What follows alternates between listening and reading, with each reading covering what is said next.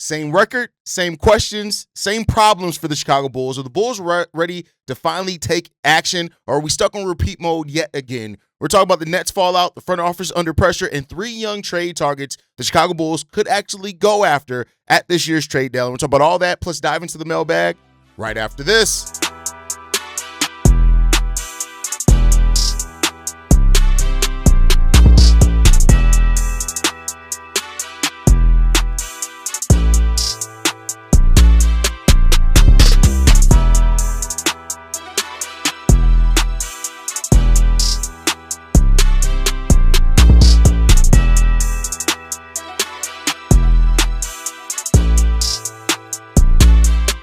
What's going on, Bulls fans? Welcome to another episode of Chicago Bulls Central, your number one spot for everything Chicago Bulls related. I'm the host here, Haize, but more importantly, you guys can follow the channel at Bulls Central Pod on every social media platform we happen to be on. With that said, let's go and get into this content for today, y'all. In the Chicago Bulls, after last night's loss to the Brooklyn Nets, find themselves at 19-22, the same exact record that they've had at this point in time for the third time in 4 years that they've done this, right? And that's per Sam Smith of NBA.com. And unfortunately, there's reasons, but it doesn't matter. This is where you are, right? Nikola Vučević after the game saying this: "You've had a lot of injuries, hard to judge. I guess we're kind of the same where we are the last 4 years kind of situation. We've had some injuries, some games didn't play as well." Listen, I get that. And I do want to be clear here. The injuries are there. When this version of the Bulls team is fully healthy, they're well above 500. Finishing 22-5 last year, they're 5-2 this year when this team is fully healthy. But at some point in time, regardless of what you are when you're healthy, you have to realize if health is just not in the plans for you, right? If this is just never going to be a team that's able to catch health at enough times for us to ever see what this version of the team could look like fully healthy. Now, you have some Bulls fans that doubt even this team at full health and what they can really be at the East. I'm maybe a little bit more optimistic of that because I think what we've seen is legitimate when this team is fully together. But at the same time, it's like, okay, if you've built a team, and this is kind of similar to what we did with Lonzo, DeMar, and Zach. We built a team that was really good when they were all together, but Lonzo went down, and it never was quite the same after. Now, I don't think this team is quite as fragile as that team, and as what Lonzo was and brought to that team was such a stabilizing factor for that version of the roster. I don't know if just a couple of injuries completely throws it off, but at some point you're not in that rhythm. The Bulls have had 8 players or more miss significant time. We're 41 games into the season, and I think we only have one player that's played 30 games, or a couple of them that's played 30 games. So that's just what it is with this team. But you can't, and I said this a couple of episodes ago, this Bulls team can't really afford to wait for health before they start making decisions on what they want to do, right? They just can't. I don't feel they can. Maybe some people feel differently, but it is what it is. Shout out to these guys for battling. Shout out for them to starting off the season 5-0 without Coby White. All that stuff is all great, but the end results end up mattering. Now, I would say this: there are some teams that definitely turn their season around after February, and then they go on some great, really tough run, and they rise up the standings, and maybe that could be the Bulls. But I think when you're in such a unique situation the Bulls are on, where they have so many players that are expiring, a couple of role players as well that have some interest around the league, on top of needing to make a decision on what they want to do with Coby and Io, whether they want to keep those guys or they feel comfortable sending one of those guys off to kind of change the makeup of the roster. Regardless of whatever they feel, there are decisions that need to be made, right? So being here in the same spot that we've been 3 out of the last 4 years, it doesn't feel good. It just does not feel good to be here again, right? So this team has to make and really realize or ask themselves some questions on what they want to be, right? And that's the thing that they have to. Now, we've heard as well that this front office is under pressure. The question that I have then is, pressure from whom, right? Has the ownership finally stepped up and said to the front office, hey, we're not happy with the amount of winning we're not doing here, and, some things have to change, or you're going to be what's going to change? Has ownership done that? As being a lifelong Bulls fan of my 39 years on this planet, I don't know if I trust Jerry Reinsdorf or Michael Reinsdorf, for that matter, to be that type of ownership group that sit there and look at a team and say, hey, we got to put pressure. Didn't even do it to John Paxson. Paxson had to put it on himself, right? So I don't know if I believe that. Is it AK finally feeling the pressure to live up to the promise that he made to Bulls fans as far as wanting to see this organization be better and saying what this city deserves as the Chicago Bulls organization with the storied franchise that it is? Is it internal pressure from AK to finally live up to the bullshit he's been saying for years? Maybe. And I think that that's the biggest chance. I've been somebody that said many times when people are like, change owners, do all this type of stuff. I've said many, many times before, you have to have somebody in that building that cares more about winning than anything. Is AK all of a sudden that GM? I'd have to see it before I believe it, right? But, you hear things from like Joe Cali, they could blow it all up and stuff like that. I guess we'll see what happens, if that ends up being the case. And I think we'll see it via the actions in these next few transactional periods. Trade deadline, buyout market, free agency in the summer, right? That transaction period that we have is really going to tell a lot on how much pressure AK is really putting on himself, because I don't think it's coming from Jerry Reinsdorf. Are they feeling it from a fan base that's tired of being mediocre? Maybe. If they are, great, right? Make your voices loud in that case. But this team is a team that, while it feels like they have picked more of a direction than ever before, how you want to get to that place is still the thing that's left in question, right? And so that's what this team is going to have to really ask themselves on what they want to do with this roster. What's out there that they can be aggressive about going out there and getting. Those type of things are the biggest questions left for this Bulls franchise at this current juncture at where they are. And I just don't have necessarily the biggest trust that they're going to come out of that and really start making the significant changes that they do. I'll go so far as to say one of the biggest things that was signaled to me is that over the transaction period, like I said, not just this trade deadline, but through free agency as well, as my light dies, is that, do you go out there and get the defensive center that you've lacked for years? Are you finally aggressive about going out there and getting something that you've lacked for probably about 4 out of the 6 years that you've been here? Do you finally go out and get that? And we'll see, right? And what they need, I think sometimes we have a problem of oversimplifying. It's not just a defensive-minded big. They need a defensive-minded big that provides rim protection, not just shot blocking, but also the ability to switch out on pick and rolls, to keep players from getting to the rim, on-ball defense of other bigs to keep them from getting easy shots at the rim. That is the type of rim protection that we need, not just shot blocking. We need more than that. We need switchability. We need ability to be a lob threat as well. There are those centers that are out there that can provide some of that are available between free agency, trade market, and the draft. There are guys out there that are available to do that. How aggressive are you going to be about going out and getting that, right? That's what I want to see from this team, and we'll see if they're ready to do it. I don't know how much faith I have in it, but we'll see. But in the nature of that, I have 3 targets that I want to talk about as far as that the Bulls could target at this trade deadline. Now, this does come from our boy Elias Schuster over now at Sports Illustrated Chicago Bulls. Shout out to Elias for the raise there. That he talks about 3 players the Bulls could realistically target at this year's trade deadline. Young upside players was the name of the article. And this, I think, is a really good testament, right? Especially depending on what they do. Number 1, he lists Jaden Ivey. Now, Jaden Ivey is 23, right? And we know that Jaden Ivey is a player that has really good upside, right? Now, of course, the Detroit Pistons have been rumored to be a team that could be interested in Coby White. And okay, there's some definite fit there, right? But I say this, even if you move Coby in any type of deal, let's say you move him to Minnesota, you get Juan Behringer back like we all want, right, or something like that, you can very well target Jaden Ivey in restricted free agency and try to make a serious move on him. And it does feel like between the injuries and things, the Pistons may not, and with Jalen Duren's rise as well, we kind of always knew that only one of those guys would get the contract extension with the Detroit Pistons. Now, they can go a different route and sign both of those guys, but if Jaden Ivey is truly available at this trade deadline and you trade Coby to get a young big, I'm not mad at bringing Jaden Ivey here and seeing what he can do next to Josh Giddey. Now, whether you start Io or bring Jaden Ivey off the bench, that's a question there. He's a little bit of a smaller frame guard. He's only averaging 8.6 points per game this year. That's because of coming back from injury. He's also averaging a career low 7 shots per game. But this is the guy last year when he was healthy in 30 games, averaged 17.6 points per game on 40% shooting from 3 and 46% shooting from the field. I like Jaden Ivey's skill set. I'm not necessarily saying that we should just trade Coby just because Jaden Ivey's available. But if you do decide to use Coby to get your big, whether it's Zubac, whether it's Juan Behringer, whoever, name your big, I don't mind the concept of bringing Jaden Ivey in here, even if it is to be your first bench guard. If you move Io into the starting lineup and bring Jaden Ivey in to be your first bench guard, I don't hate that, right? You put another really athletic perimeter player out there that can attack in transition. He does know how to create for himself a little bit off the dribble as well.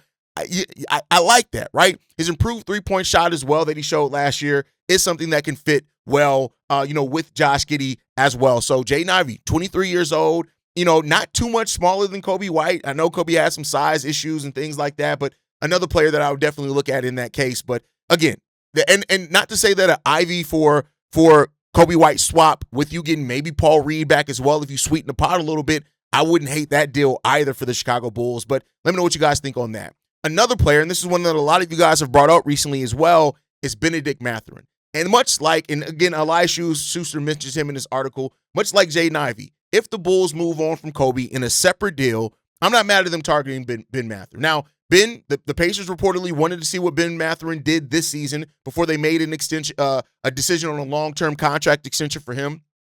They have to do that in the offseason. He is another player that could very well be a restricted free agent at the end of this year.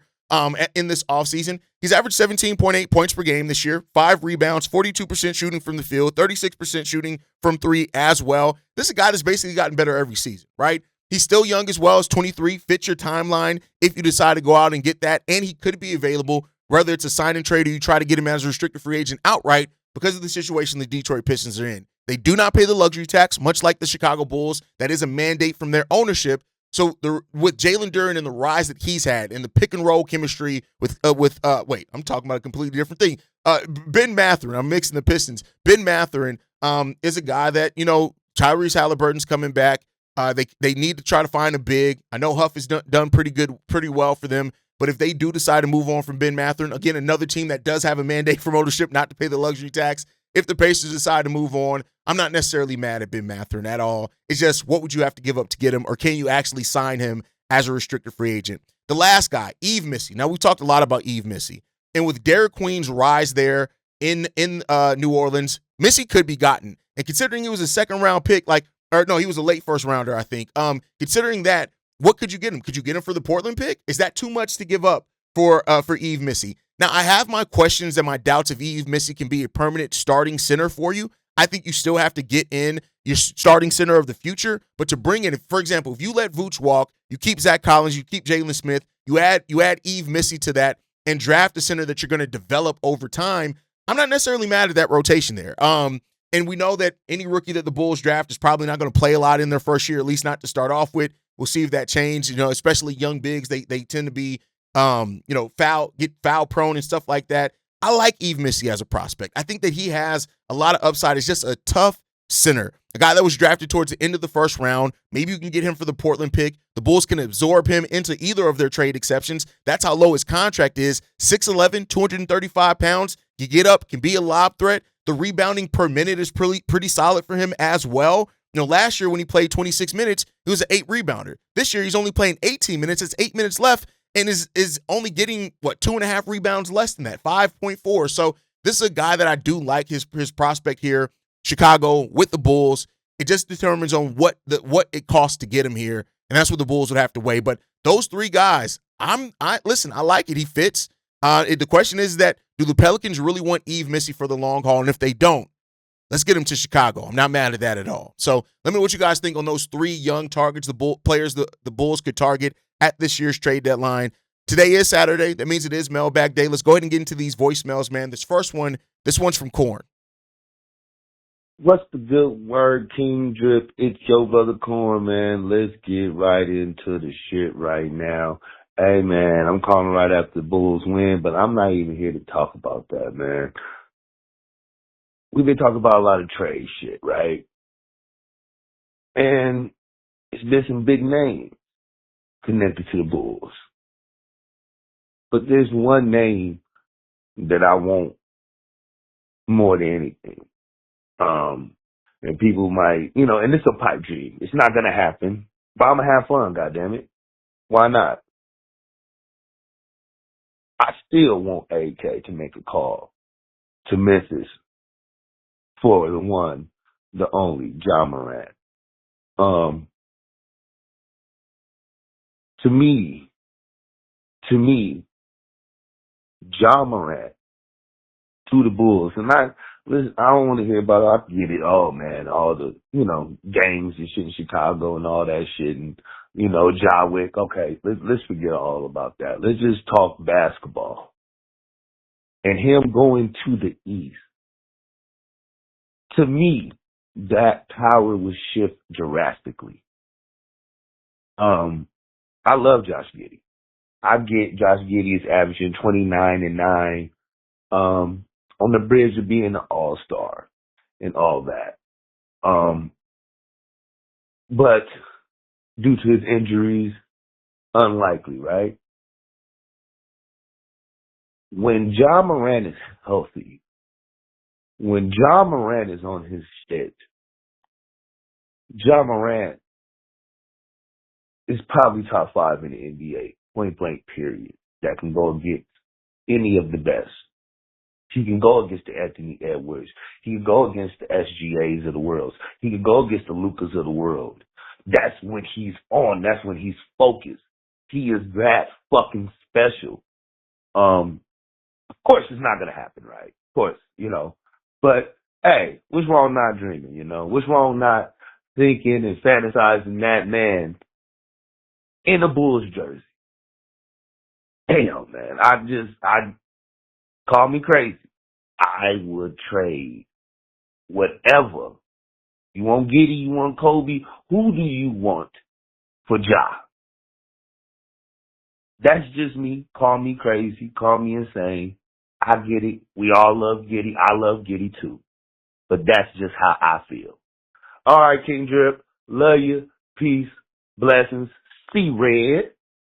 I hear what you're saying on Ja, and I can completely understand you saying you want to take a shot on the talent, because Ja did look like he was going to be ascending to one of those players that you could look at. Like, at one point, people were asking, could him and Ant have to be battling out to be face of the league? Like, people had those discussions. Now, that was like 3 or 4 years ago at this point, but people had those discussions. But here's why Ja wouldn't fit in Chicago. I'm not even going to talk about the gun stuff and all that. I just think that with Josh Giddey as your point guard, and the Bulls are clearly entrenched with him as their point guard of the future, him and Ja don't fit together. Ja needs a ball in his hands. That's what we're seeing is affecting him in Memphis. They're in a system now that's taking the ball more out of Ja's hands, and we know that Josh, when he isn't able to play actual point guard, how that hurt him, in OKC. So I just don't think that fits there. I get it as far as taking a shot on the talent. I do love that you actually admit it, like, hey, I know it's not going to happen, but it's just, with Ja Morant's production down as well, maybe that's just due to him not being happy in Memphis anymore. Maybe his production goes right back up to what it was before. If he gets to a team that he's happy to be on, I just don't see it happening in Chicago. I understand the desire. Like, I understand that because I was a huge Ja Morant fan before all the shit started happening and the injuries and stuff like that. But, you got to look at it. He's also a more injury-prone player than Josh Giddey. So we'll see what happens there. I don't see a world in which the Bulls actually go after Ja Morant, though. But, hey, maybe they surprise us. Let's get into this next voicemail, man. This one's from Vikram. Okay. Yeah, I'm gonna keep it pretty short. I'm sure by the time you saw this, you would have seen like that report from Joe Kelly saying like the Bulls are gonna blow it all up. So I guess my thoughts on that is like it kind of reminds me of like the 2021 off season where they let go of the players they didn't want, like Laurie, and they brought in a bunch of guys. And I think that's kind of what they're looking forward to doing. And it's interesting. I think they're going to, obviously keep Giddey, Buzelis, and Noah Senge. But I think other than that, everybody's on the table.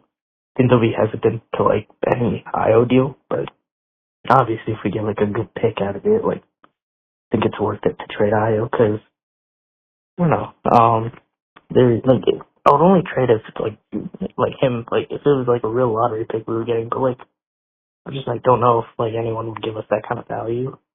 Other than that, oh yeah, I was also thinking some guy that we could really target, and with his recent ascension, obviously in the off season, Peyton Watson, we could throw him a little bag, a little more than the Nuggets could match.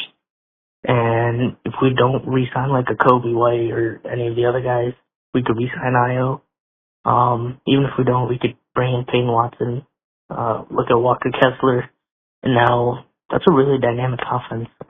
If Peyton Watson continues to grow his offense, and Modest also continues to grow his offense, that could be a sneaky young core right there that could, really blossom. But, yeah, let me know what you think. It could be a very similar offseason to 2021. And I think even more so then, keep in mind, in the 2021 offseason, the Bulls had no cap space. When they got Lonzo, when they got DeMar, when they got Alex Caruso, they had a complete sign and trades for DeMar and Zoe because they didn't have any cap space, and then they signed Alex Caruso with their mid-level exception.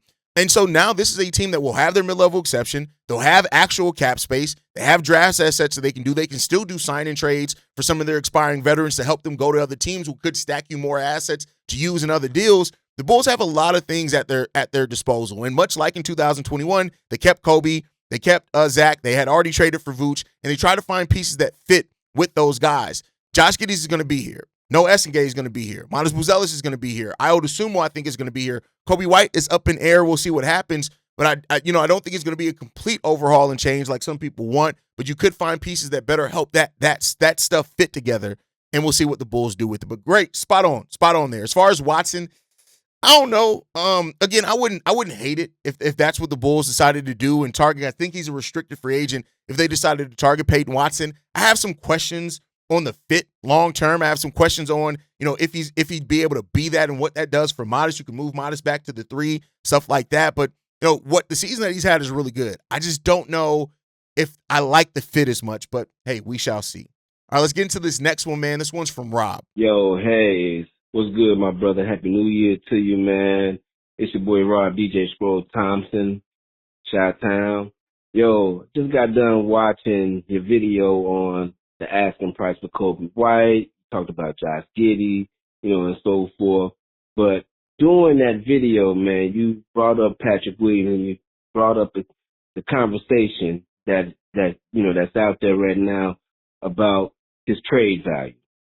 And I'm sitting back thinking, and I'm saying to myself, like, man, if around the league is that nobody wants Patrick Williams, you stuck with him, so to speak. So if I'm management, I would be in his ear and just let him know, like, look, you got 2 more years on your contract.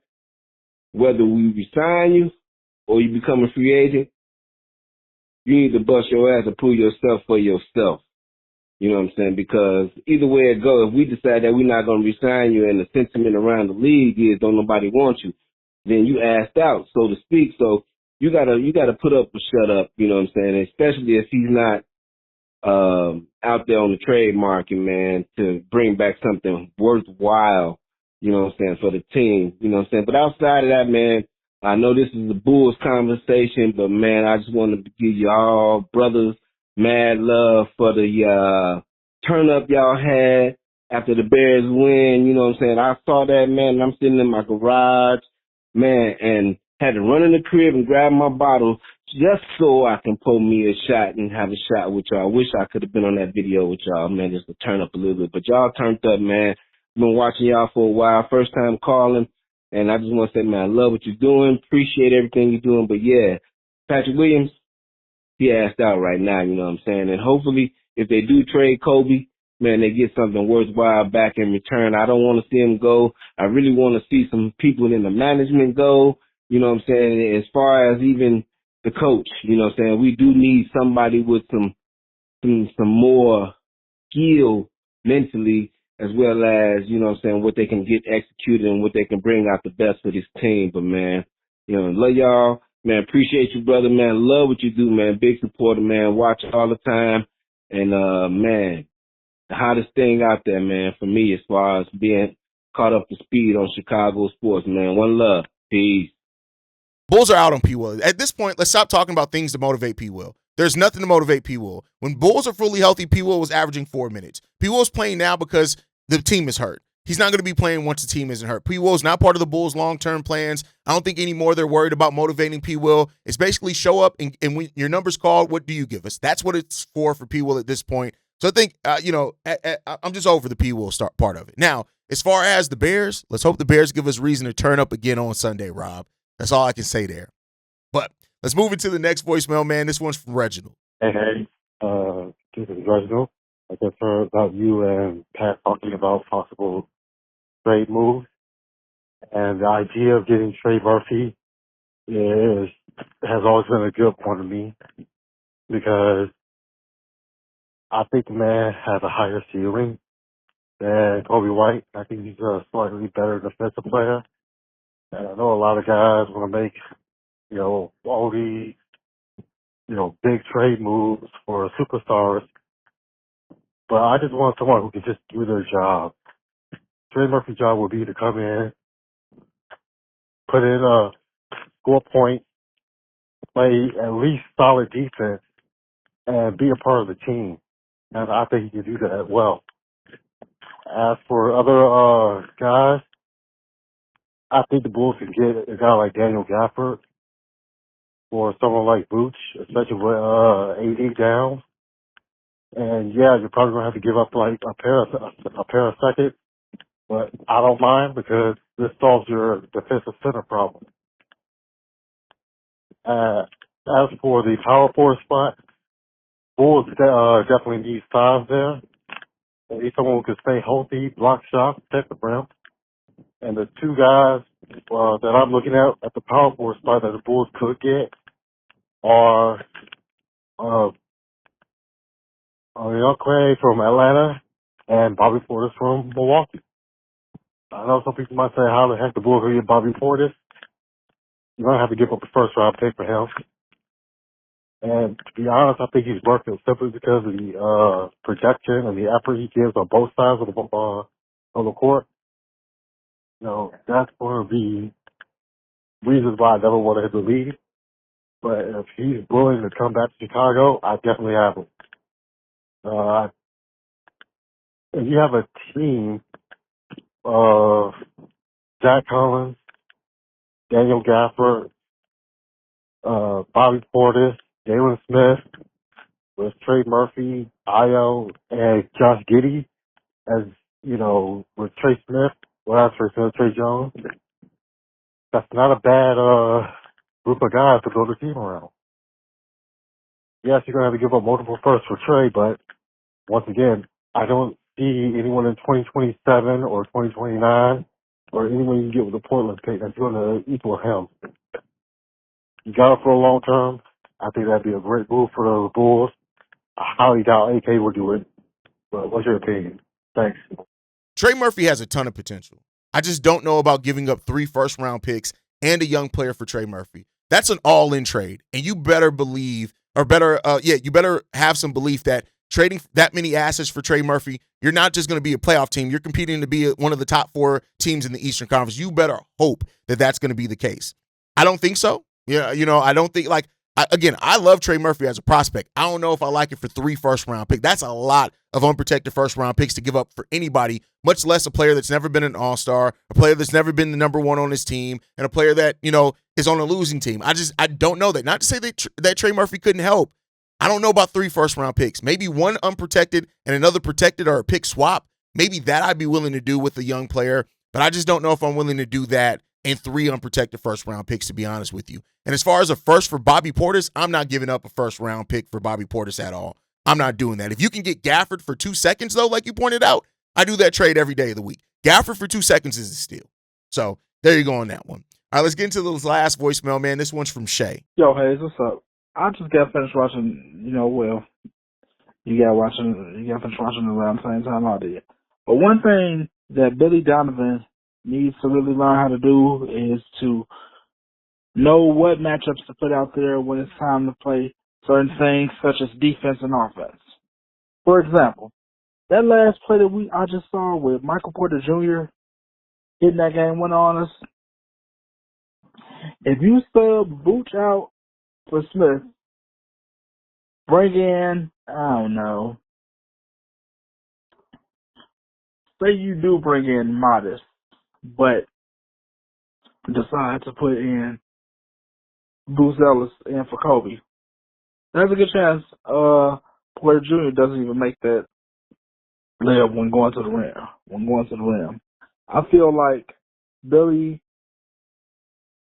although he's a good X and O coach, he doesn't really necessarily pay attention to details, especially knowing what players should be out there. You know, he'll look at somebody like Vooch who will get 3 blocks one game and then decide to leave him out there. Kind of like how Fred Hoiberg did on that play with Gasol, even though Gasol did get that block on LeBron James. But one thing I would say about coaches like Tom Thibodeau, they knew what type of players to put in on certain situations. And I feel like Billy Donovan doesn't pay attention to that often, and that's what gets us in the games like we do this. Now, don't get me wrong, players should be playing a lot better because Billy Donovan can't do everything, but it's like sometimes when you see a coach doesn't know how to calm a situation down, and the definition of insanity is doing the same thing over and over again and expecting different results. And let me tell you, for the last 6 years, Billy Donovan has been doing the same thing. Matter of fact, not for 6 years, but for this year, the same thing has been happening over and over and over again. And I'm starting to get tired of it.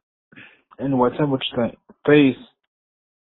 Billy Donovan makes mistakes in late game situations. It's part of the Billy Donovan experience. His inbound play calls has been trashed the whole time he's been here. That's just part of the Billy Donovan experience. And until the Bulls, the front office finally wants more from their front office, their head coaching position, Billy Donovan's going to be here. I don't think Billy Donovan is going to get fired until he decides to move on or he gets promoted into a different role. And it's just unfortunate because, you have to understand when and where to use your personnel. Like I talked about in the Utah Jazz game, the fact that Coby was in there in the fourth quarter, he shouldn't have been.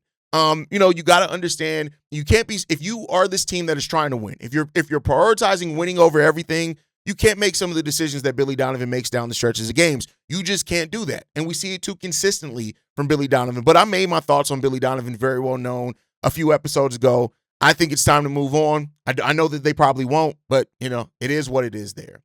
But that's going to wrap it for today's episode. Are we doomed to repeat the same history, or is change finally going to come for this Bulls team? Drop your thoughts in the comments down below. I'm going to read every single one of them. Hit that like button. Subscribe to the channel as well. You guys can follow us at Bulls Central Pod on every social media platform. You can send us any feedback, questions, comments, concerns. bullcentralpod@gmail.com. And if you got something to say, you can call the voicemail bag or leave a text message, 773-270-2799. We are the #1 spot for everything Chicago Bulls related, but that is thanks to you, lovely and beautiful people. And like I like to end every episode on, stay safe, go Bulls, and always see red if you can, y'all. Peace. This has been a presentation of the Break Media.